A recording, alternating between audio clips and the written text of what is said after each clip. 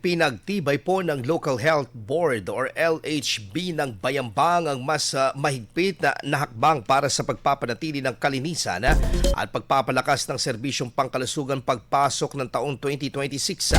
Sa ginanap na pulong, binigyang diin po ng lupon ng patuloy na mas pinalakas na sanitation inspections sa mga food at non-food establishments upang matiyak ang pagsunod ng mga negosyo sa umiiral na health standards.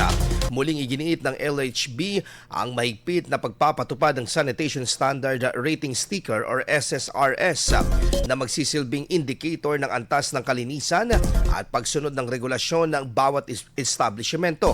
Kasabay nito, inaasahang maglalabas ang LGU ng updated advisory sa mga naglalaman ng mga requisitos bago ma-issuehan ng sanitary permit upang matiyak ang ligtas, maayos at lehitimong operasyon ng mga negosyo sa bayan.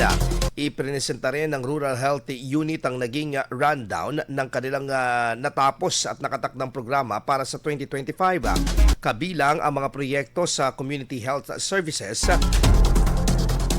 at iba pang inisyatiba para higit pang mapabuti ang kalusugan at kapakanan ng mga residente. IFM News. IFM News. IFM News.